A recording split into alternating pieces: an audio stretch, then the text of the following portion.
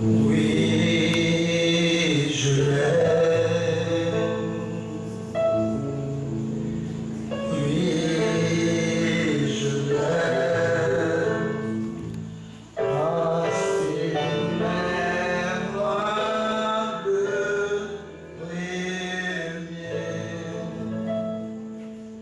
il a marqué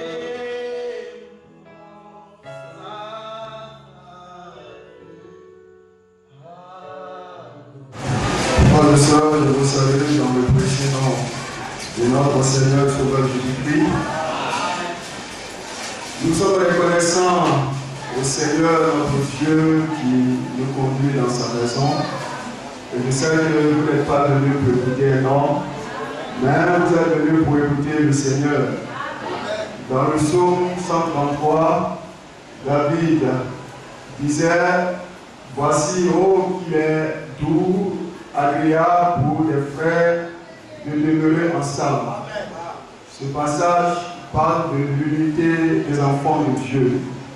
Et David, cet homme de Dieu, a comparé cette unité des enfants de Dieu à l'onction d'Aaron. Avant que Aaron, le souverain sacrificateur, n'entre dans le ciel des saints de la présence de Dieu, il était d'abord oint. De l'huile précieuse était répandue sur sa tête. Et cette huile, elle symbolisait le Saint-Esprit. Et c'est de même avec l'Église. Avant le retour de Christ, avant que l'Église épouse ne soit enlevée dans la gloire, les enfants de Dieu, les croyants bibliques seront unis dans la foi. Alors, l'unité de la foi, telle que le dit l'apôtre Paul dans Éphésiens chapitre 4, sera une réalité. Alléluia. Que le nom du Seigneur soit béni.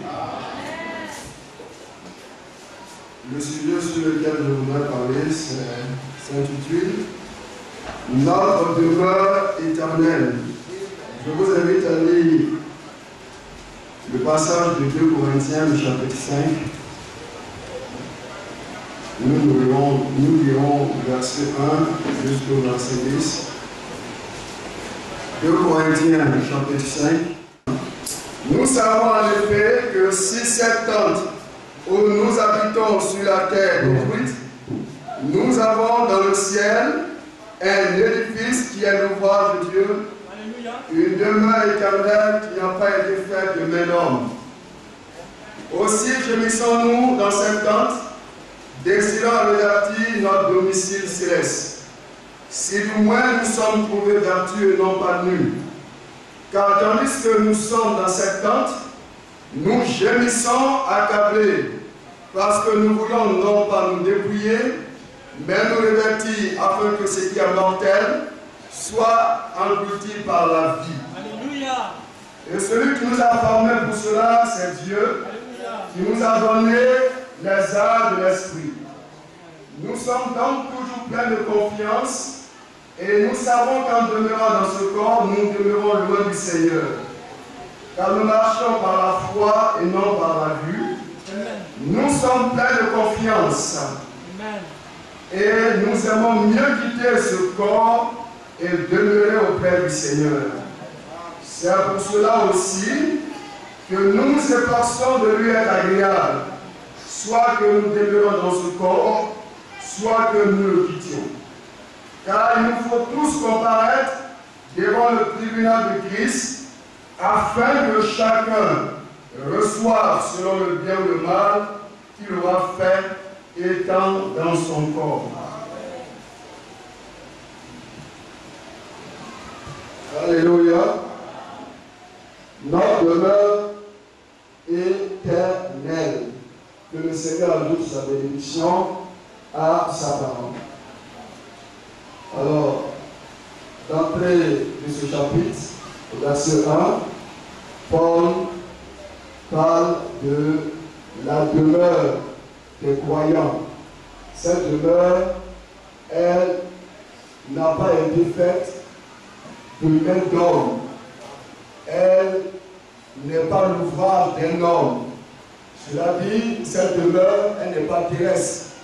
C'est une demeure céleste. Parce qu'elle est l'ouvrage de Dieu. C'est une demeure céleste et elle est éternelle. C'est la demeure des fils et des filles de Dieu. Ici-bas, frères et sœurs, nous n'avons pas de cité permanente. Il n'existe pas sur la terre de ville éternelle ou de maison éternelle. Aussi belle que soit une maison, celle-ci un jour est appelée à être détruite. Vous pouvez vous louer les services du meilleur architecte. Celui-ci peut concevoir le plus bon plan. Vous pouvez employer les ouvriers les plus talentueux, utiliser les matériaux de pointe pour construire votre maison. On pourrait dire, cet homme a construit, a bâti une belle maison, mais la réalité, la vérité, c'est qu'un jour, cette maison sera détruite. Cette maison sera détruite. Bien aimé, dans les pays où il y a eu des catastrophes naturelles, Amen.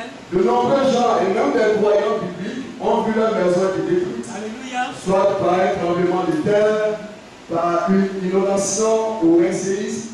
Vous voyez, de nombreux gens ont vu leur maison être détruite. Alléluia.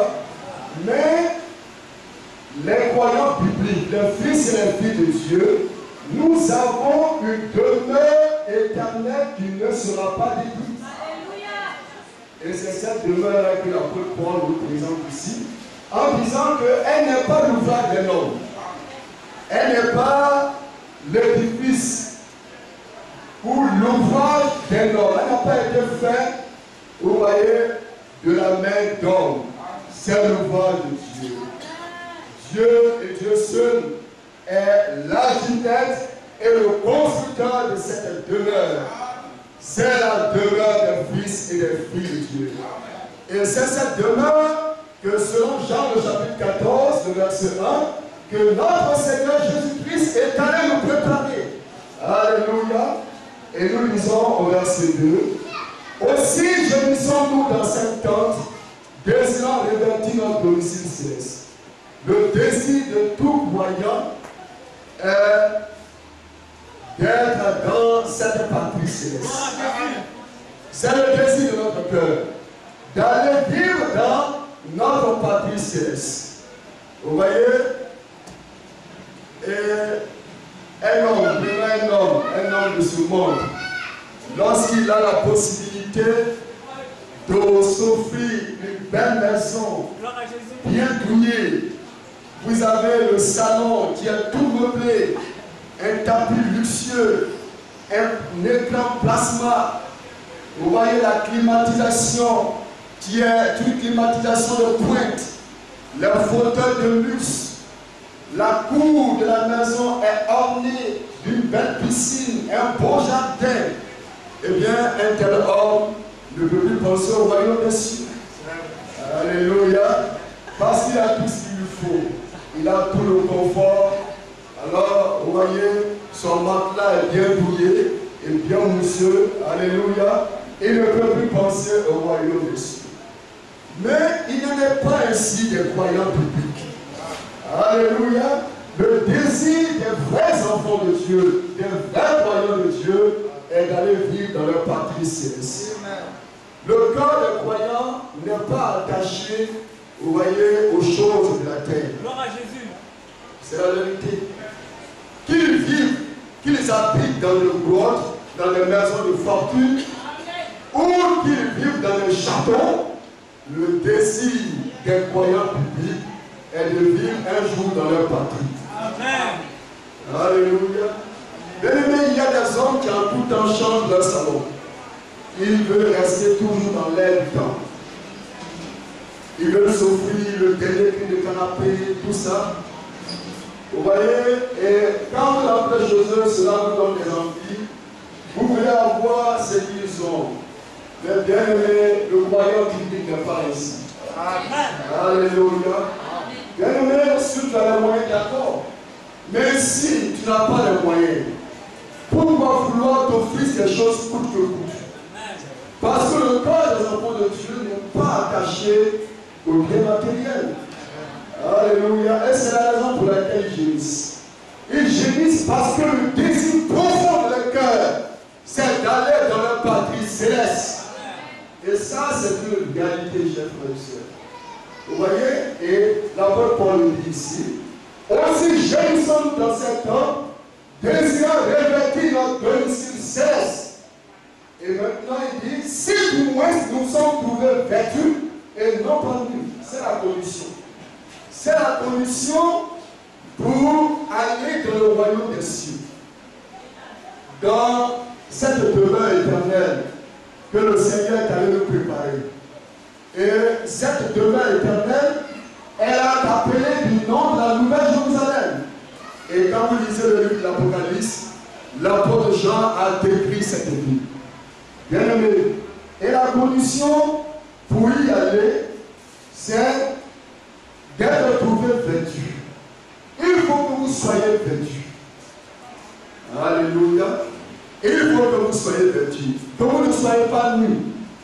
Et la nudité ici, c'est l'état d'un croyant qui marche selon la chair.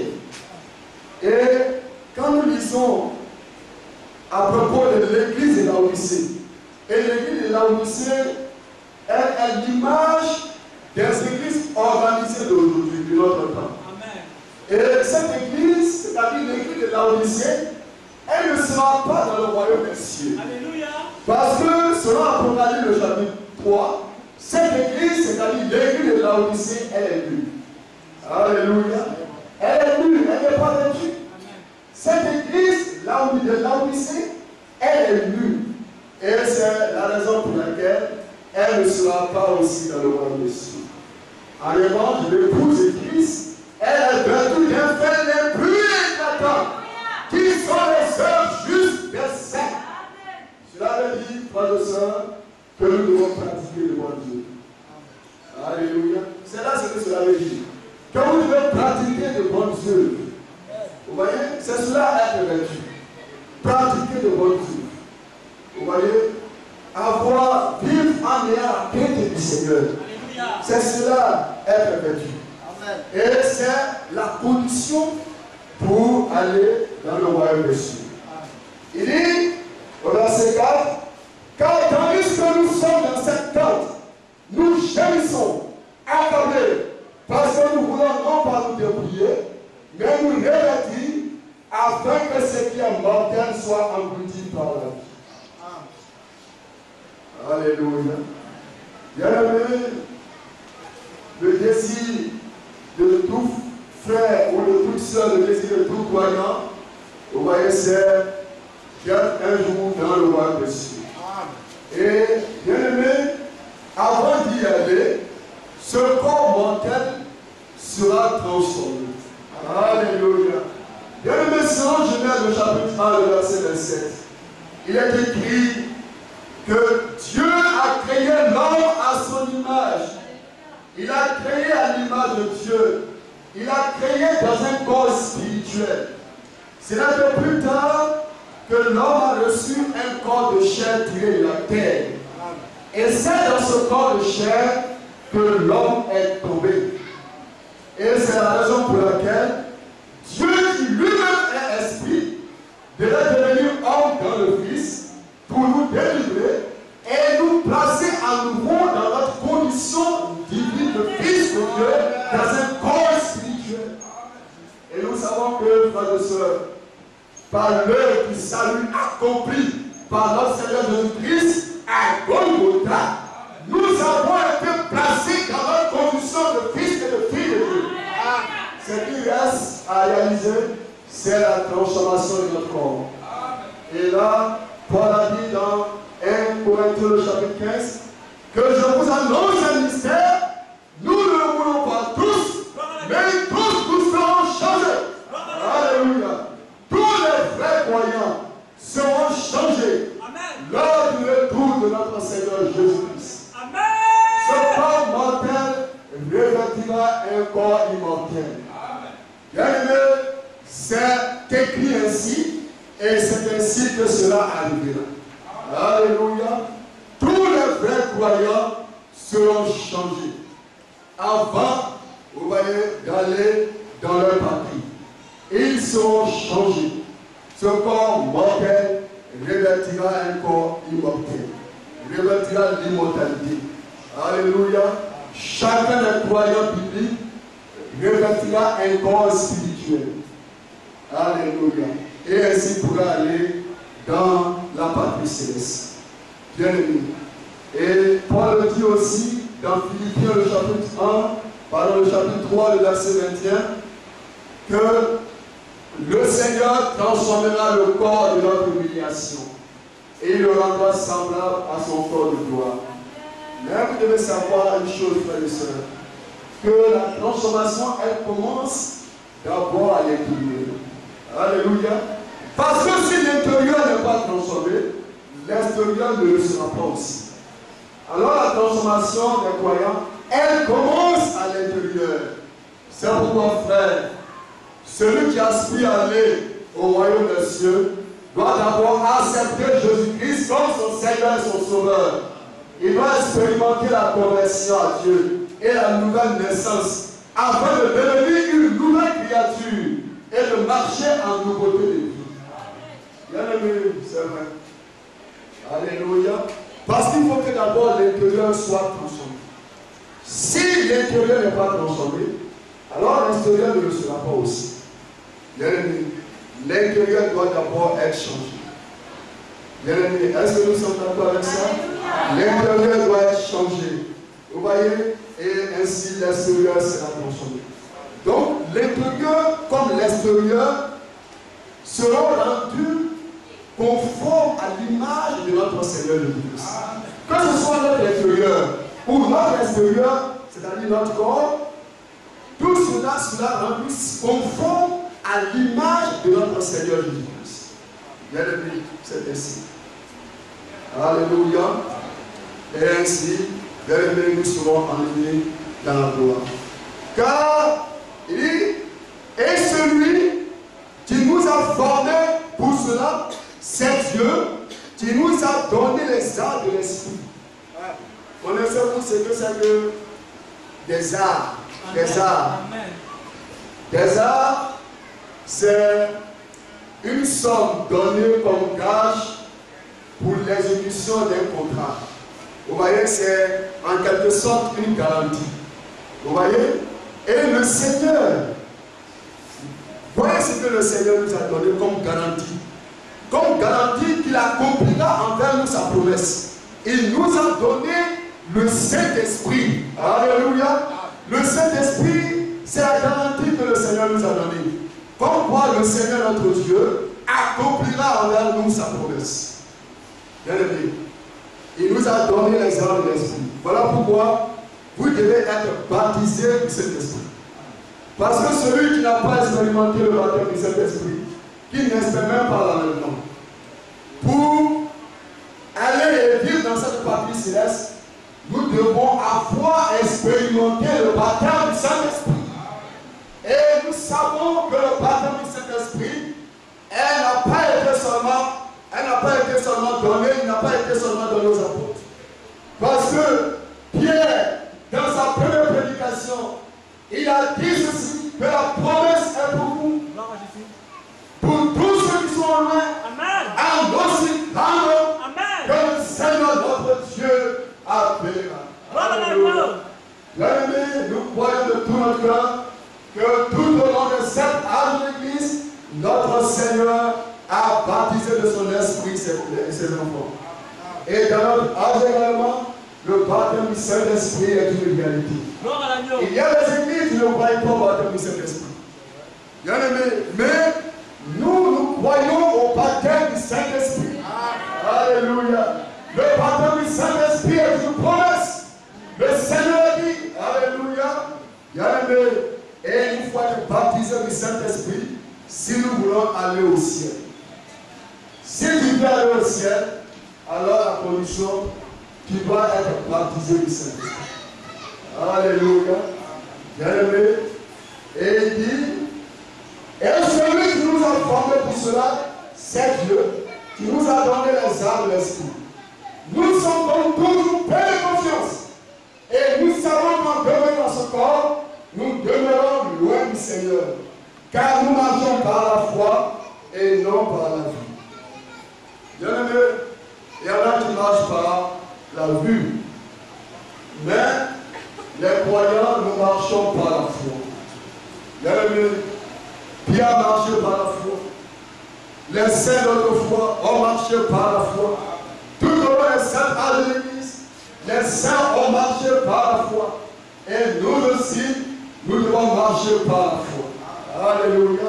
Nous marchons par la foi. Et le Saint-Esprit en nous, nous convainc quant aux promesses de Dieu. Savoir que celles-ci sont oui et amen. Alléluia. Le Saint-Esprit qui est dans votre cœur vous convainc quant aux promesses de Dieu. Que ces promesses sont oui et amen. Alléluia. Le Saint-Esprit dans votre cœur vous convainc que le Seigneur accomplira avec vous la promesse qu'il a faite en Jean le chapitre 14, verset 1. Je m'en vais vous préparer une place, je reviendrai et je vous prendrai, afin que là où je suis, vous y soyez aussi. C'est le Seigneur qui l'a dit. Et le Saint-Esprit en vous vous convainc de cela. Bien-aimés. Alors les gens, les faux docteurs pourront vous dire, oh, le retour de Christ, l'avènement, ça, ce sont les histoires que les apôtres ont racontées. Cela n'arrivera jamais. Mais dans votre cœur, vous êtes convaincus, alléluia, que le Seigneur accomplira sa promesse. Le Saint-Esprit dans votre cœur vous convainc de la chose. Et ainsi vous marchez par la foi. Jusqu'à ce que de la foi nous croyons des cieux. Alléluia. Bien-aimés, de la foi, nous verrons des cieux. Alléluia. Dans notre temps, seuls ceux qui marchent par la foi verront le Seigneur lorsqu'il reviendra. Gloire à Jésus. Seuls ceux qui marchent par la foi le verront quand il reviendra. Alléluia. Les autres peuvent marcher comme ils veulent, sur leur propre foi, mais bien aimés, les élus de Dieu marchent par la foi. Alléluia. Ils sont convaincus quant aux promesses de Dieu. Et nous l'avons chanté tout à l'heure, que les promesses de Dieu sont infaillibles. Alléluia. Ce que Dieu promet, il peut aussi l'accomplir. Il a promis de revenir et il le fait. Amen. Il y a des hommes qui essaient de spiritualiser cela. Vous voyez, ils disent, oh, le Seigneur est déjà revenu. Il est revenu en esprit. Non. Bien-aimé, ce n'est pas un esprit qui reviendra. Bien-aimé, regardez même dans ce passage de Jean le chapitre 14. Le Seigneur annonce deux événements majeurs. Il dit, je m'en vais. Ça, c'est son ascension. Alléluia. Je reviendrai son retour. Alléluia. Et les anges ont dit aux apôtres, le Seigneur, quand vous avez vu, partir, monter, il reviendra de la même manière. C'est un retour corporel. Alléluia. Pas un retour spirituel. Mais nous croyons à un retour physique de notre Seigneur Jésus-Christ. Amen. Un enlèvement physique. Alléluia. Bien-aimé, c'est vrai, c'est la réalité. Pas une spiritualité. Non, le Seigneur est venu en 1914, il est venu en esprit. Non, ça ce n'est pas notre Seigneur. Amen. Ce n'est pas ce que dit la Bible. Alléluia. Notre foi repose sur la Bible. Bien-aimé, ce n'est pas ce que dit la Bible. La Bible nous dit, il reviendra de la même manière. Il est monté sur les nuées, c'est sur les nuées qu'il reviendra. Et l'Église sera levée sur les nuées. Alléluia. Bien-aimé, c'est la parole vraie. Et il dit, nous sommes pleins de confiance. Voyez, l'apôtre Paul a dit dans ce passage, il a dit 2 fois. Nous sommes pleins de confiance. Il a dit d'abord au verset 6, au verset 8, il a répété, nous sommes pleins de confiance. Alléluia. Est-ce que tu es plein de confiance? Est-ce que nous sommes pleins de confiance? Alléluia. Oui, le faux docteur, vous voyez, on peut dire non, ça, le retour de Christ, l'enlèvement, non, ça c'est des histoires. c'est des légendes. Non, ça, les apôtres nous ont raconté des histoires.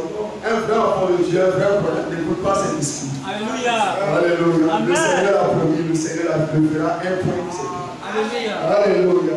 Bien-aimé, il dit, nous sommes pleins de confiance et nous aimons mieux quitter ce corps et demeurons auprès du Seigneur. C'est le désir de notre cœur. Le désir d'un vrai croyant, c'est d'aller au ciel. Alléluia. Alléluia. C'est d'aller et de vivre dans sa patrie céleste. Gloire à Jésus. D'être avec le Seigneur de gloire pour l'éternité. Alléluia. Et il dit, c'est pour cela aussi que nous nous efforçons de lui être agréables. C'est pour cela que nous nous efforçons de lui être agréables. Bien-aimé, maintenant tu crois que nous allons au royaume des cieux comme nous allons dans un moulin à café. Non, cela n'est pas facile. Notre Seigneur a dit, je crois en Jean le chapitre 6, que le chemin est étroit. Et en plus d'être étroit, le chemin est rocailleux. Parce que le chemin peut être étroit, mais s'il est bien bitué, eh bien il est facile de le traverser. Alléluia. Même le chemin, en plus d'être étroit, il est rocailleux. Cela devient compliqué. Cela est difficile. Amen. Alléluia. Bien-aimé, cela est difficile, frère. Et c'est pourquoi Paul dit ici que nous devons nous efforcer. Cela veut dire que nous devons faire tous nos efforts, nous appliquer. Vous serez mal compris. Vous serez calomniés. Vous aurez des privations, frère. Alléluia. Et Satan, le diable, tentera par tous les voies possibles de vous détourner de l'objectif qui est l'enlèvement. Mais vous ne pouvez pas vous laisser gagner par le découragement. C'est pour cela que Paul a dit que nous devons nous efforcer. C'est-à-dire que nous ne devons pas baisser les bras. Alléluia. Alléluia. Il y a des gens qui baissent les bras. Non. Mais nous ne devons pas baisser les bras. Nous devons faire tous nos efforts. Gloire à l'agneau. Les calomnies, les privations, les injures ne doivent pas vous empêcher d'obéir au Seigneur. Alléluia. Parce que le Fils de Dieu, il est notre exemple. Gloire à l'agneau. La Bible dit qu'il fut obéissant jusqu'à la mort de la croix. L'obéissance à Dieu était sa vie quotidienne, frère. Et c'est ainsi que sont les fils et les filles de Dieu. Et ils obéissent à Dieu. Alors, bien aimé, vous ne devez pas baisser les bras. Vous devez toujours vous appliquer. Alléluia. C'est vrai, vous efforcez. En dépit de tout ce que les hommes peuvent vous dire. En dépit de tout ce que l'homme peut vous faire. À cause de son nom. Alléluia. Vous devez le faire. Plein de confiance. Obéissant au Seigneur. Alléluia. Bien-aimé, c'est ce que notre Seigneur Jésus a fait. Alléluia. Est-ce qu'il n'a pas été injurié? Je te bénis. Lui, le Seigneur de gloire. Amen.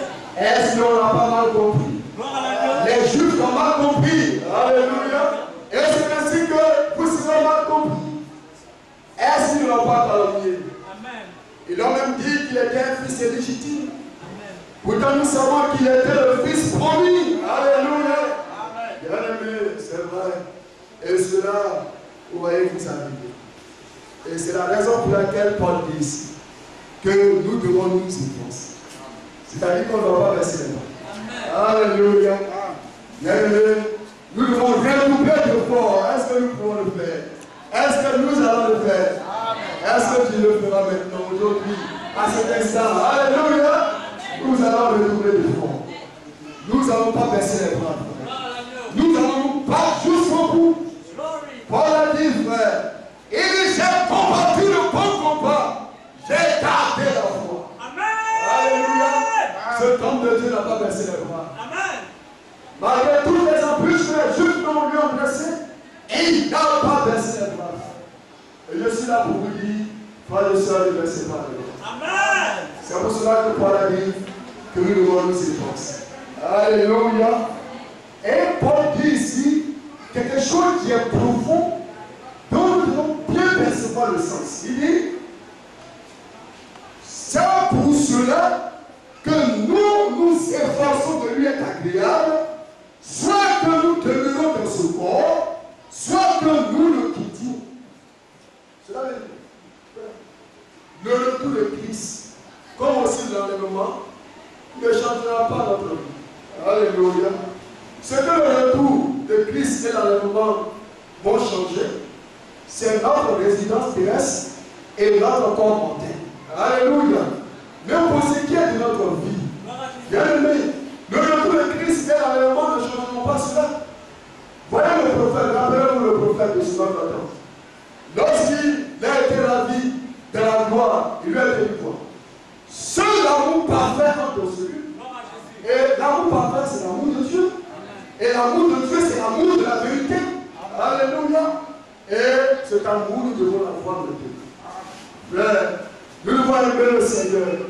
Ici, par les croyants, nous sommes appelés à aimer le Seigneur et à aimer nos frères et nos soeurs comme nous-mêmes, à obéir au Seigneur. Alléluia. Bien-aimés, c'est ce que nous ferons lorsque nous serons près du Seigneur.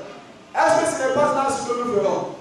Lorsque nous serons près du Seigneur, nous allons l'aimer et nous allons nous aimer les uns les autres. Et nous allons continuer à lui obéir. Et cela d'éternité en éternité. Alléluia. Ici, par nous chantons ses louanges. Lorsque nous serons aussi près de lui, nous continuerons à chanter ses louanges d'éternité en éternité. Alléluia. Bien-aimés, c'est vrai, donc le retour de Christ et l'enlèvement, ça ne changera pas notre vie. Comprenez ce que je veux dire? Que l'amour de Dieu que nous avons maintenant, nous aimons le Seigneur, nous aimons nos frères, les enfants de Dieu qu'il a engendrés, nous les aimons comme nous-mêmes. Bien-aimés, c'est ce que nous ferons lorsque nous serons là-bas. Alléluia. Nous continuerons à aimer le Seigneur, à le louer, à aimer nos frères et nos sœurs.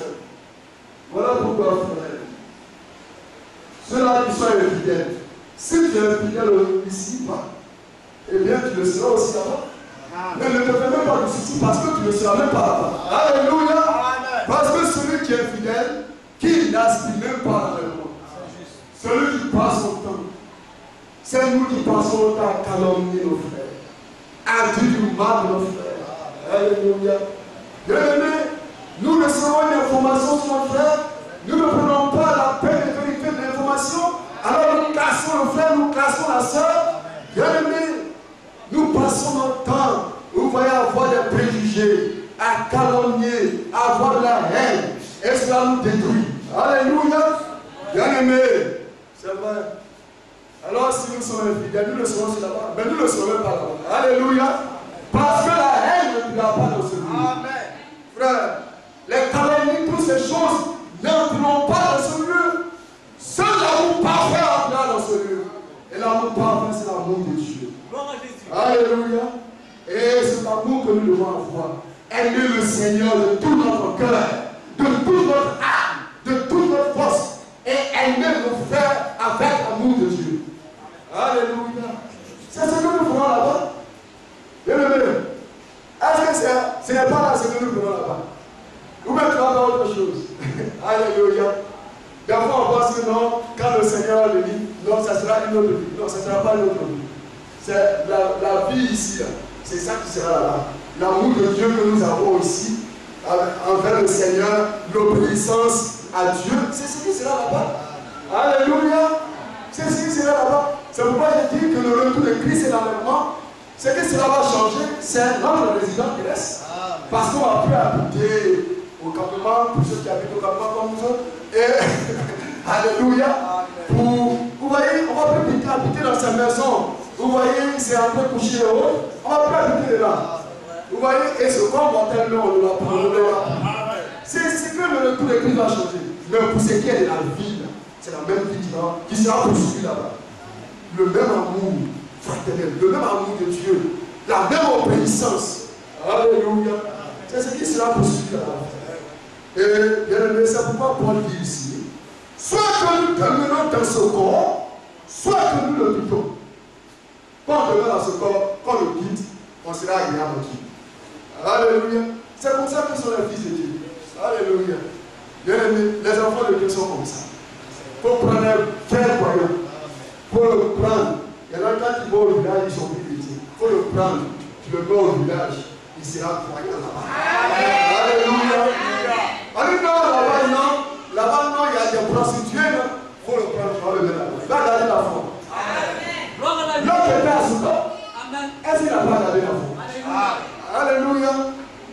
Bien-aimé, Paul a dit, soit qu'on quitte le corps, soit qu'on est dans ce corps, on est agréable à Dieu. Il y en a qui quittent l'église, c'est fini. Ils sont à la maison, ils sont plus agréables. Quand ils quittent l'église, ils sont plus agréables. Mais quand ils quittent la maison, ils sont plus agréables. Quand ils quittent les frères, ils sont plus agréables. Quand ils sont avec les frères, ils sont agréables. Quand ils les quittent, ils sont plus agréables. Quel genre de promesse? Nous devons être en tout temps agréables à Dieu. Amen. Alléluia. Si nous désirons y aller. Alléluia. Et il dit, il termine en disant, car il nous faut tous comparer devant le tribunal de Christ. Le tribunal de Christ à ne pas confondre avec le trône blanc du jugement. Alléluia. Alléluia. Parce que l'épouse ne sera pas jugée. Le jugement dans le sens de la condamnation. Amen. Ce jugement-là, notre Seigneur Jésus-Christ l'a déjà porté pour nous. Comme l'avait annoncé Esaïe le prophète, le châtiment de dont la paix est tombée sur lui. Alléluia. Nous allons tous comparer, c'est ce que Paul dit, devant le tribunal de Christ. Afin que chacun reçoive selon le bien ou le mal qu'il aura fait étant dans son corps. Pour quelle raison les croyants, vous voyez, doivent-ils comparaître devant le tribunal de Christ? C'est pour la récompense. Alléluia. Le Seigneur récompensera votre foi. Je crois que c'est écrit dans le livre d'Hébreux que Dieu n'est pas injuste pour oublier l'amour que nous avons montré pour son nom, ayant rendu et rendant encore des services aussi. Est-ce que Dieu est juste? Non. Alléluia. Notre Dieu n'est pas injuste.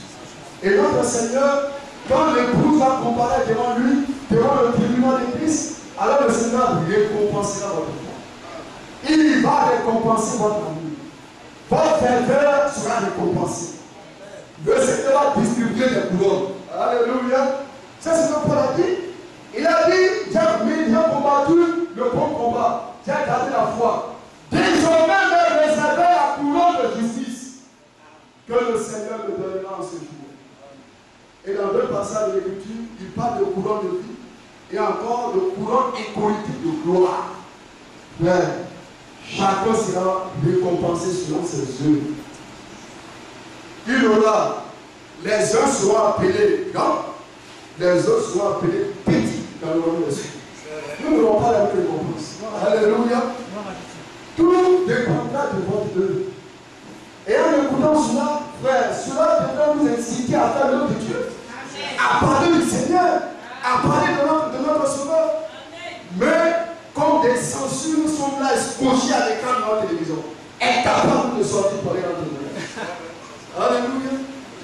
Frère, quand il s'agit de parler de Jésus, alors subitement on perd la voix. Alléluia. Mais quand il s'agit de faire le commentaire des feuilletons, on retrouve miraculeusement la voix. Ah ma chère, c'est moi qui te le dis. Est-ce que tu as vu Rosa Maria?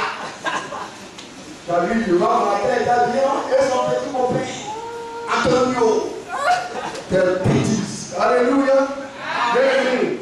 Ouais, c'est vrai. Et en règle générale, ça c'est les femmes. Et présent en règle générale, tu as vu le but de Messi là? Le but de Ronaldinho. Frère, ça c'est vrai. Nous prêtons subitement la voix lorsqu'il s'agit de parler du Seigneur. On est là, le bout de notre nez, on chie à l'écran de la télé. On est capable de sortir, même rendre visite à nos frères. Et ce qu'il y a de sinistre dans cela, c'est que ceux qui le font, ils espèrent être grands dans le royaume des cieux. Frère, c'est là ce qui est sinistre. Alléluia. Bien-aimé, cela doit nous inciter à faire le Dieu. Et à soutenir l'œuvre de Dieu avec nos biens. Vous croyez que quoi? Dans l'église primitive, les premiers chrétiens, la Bible dit qu'ils vendaient leurs maisons, ils vendaient les champs et ils apportaient souvent aux serviteurs de Dieu. Vous pensez qu'ils n'avaient pas la maison? Vous pensez que quoi? Ils ne connaissaient pas aussi la valeur de l'argent? Mais c'est parce qu'ils regardaient la récompense. Alléluia. Bien-aimés, nous devons soutenir l'œuvre de Dieu. Comme le faisaient les premiers chrétiens.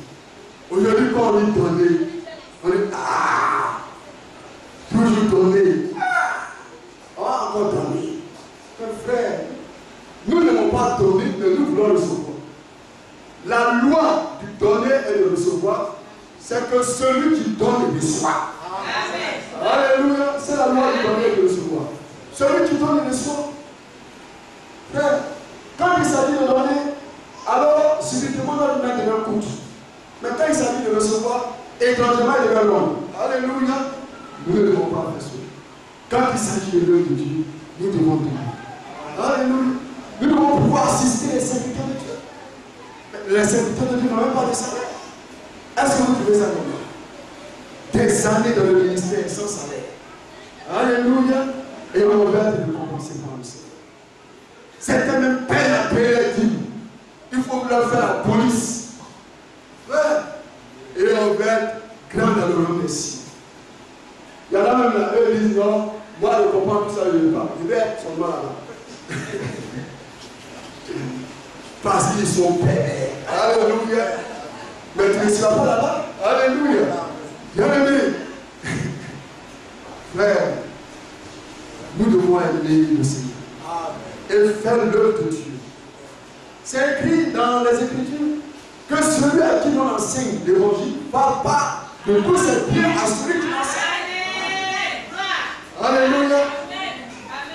Est-ce que ça c'est une nouvelle révélation? Ce n'est pas une nouvelle révélation.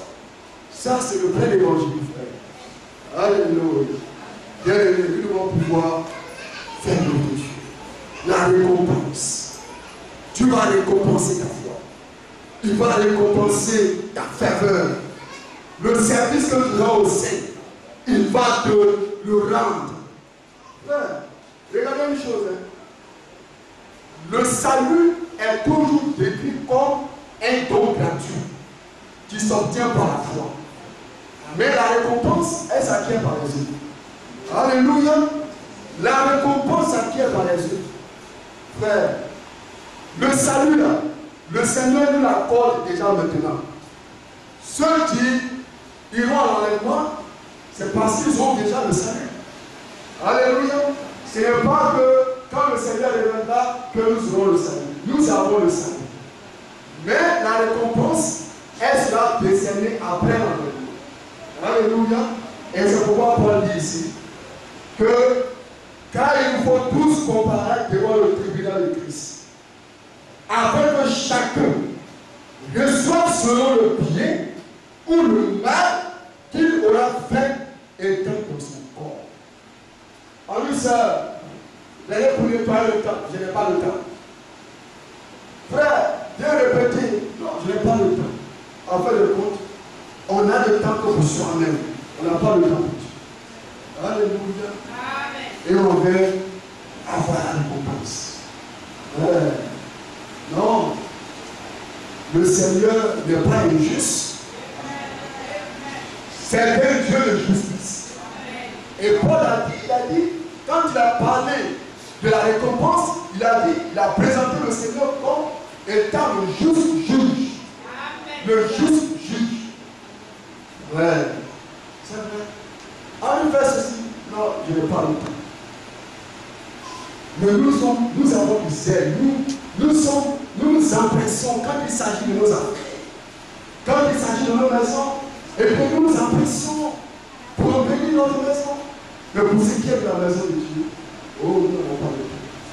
Pour ce qui est de l'œuvre de Dieu, on n'a jamais de temps. Alléluia. Frère, il ne doit pas être ainsi parmi nous. Alléluia. Nous devons racheter le temps. C'est ce que Paul a dit. Nous devons racheter le temps.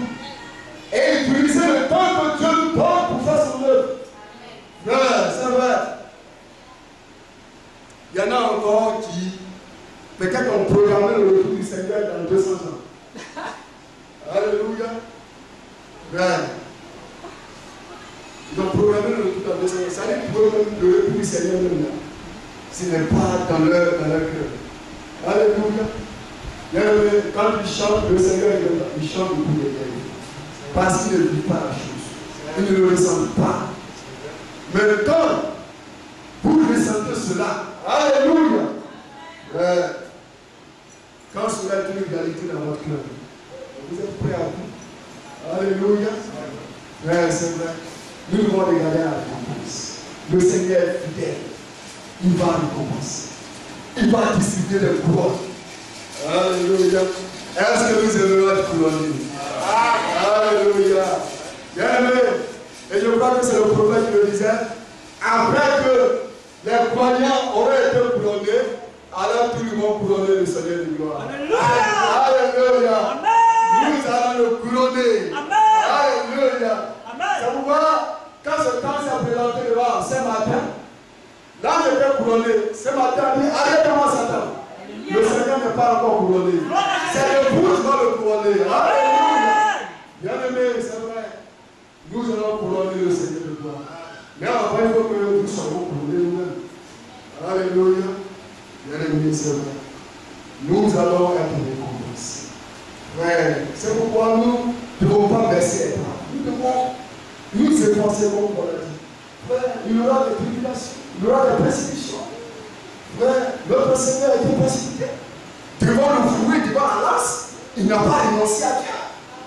Frère, prenons tout de suite un croyant.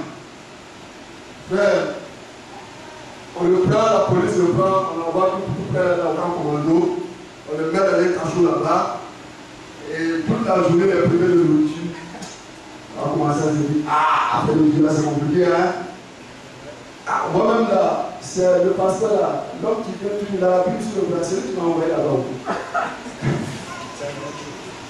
Ils n'avaient pas, c'est lui qui m'a envoyé. Devant la matraque, et la matraque fait mal, hein. Je me souviens, quand j'étais encore tout jeune, j'étais allé au stade, je reste au Wally, et notre équipe était champion. Alors, je suis descendu, vous voyez, j'ai quitté les gradins et je suis descendu sur la pelouse. Et nous étions nombreux comme ça à descendre sur la pelouse. Mais après, la police nous ont récupéré. Et moi, j'ai reçu sur la cuisse un coup de matraque. Mais c'est pour le vrai. Je me demande, les cancers là, comment ils font? Alléluia. Parce que c'est très douloureux. Ouais. Et imaginez-vous une matraque de 20 cols. Vraiment. Voilà. C'est la soeur Alida qui m'a invité. Alléluia. Maintenant, c'est elle n'a pas renoncé. Alléluia. Il a dit à Jean, Jean a dit un jour que Seigneur, nous voulons que nous assoient à la gauche et à la droite. Le Seigneur a dit, est-ce que vous pouvez boire la coupe de douleur? Alléluia. Est-ce que nous pouvons boire cette coupe de douleur? Devant le fruit, devant la lance romaine, il n'a pas réfléchi. Il est resté égal à lui-même. Alléluia. Amen. Le nom de notre Seigneur.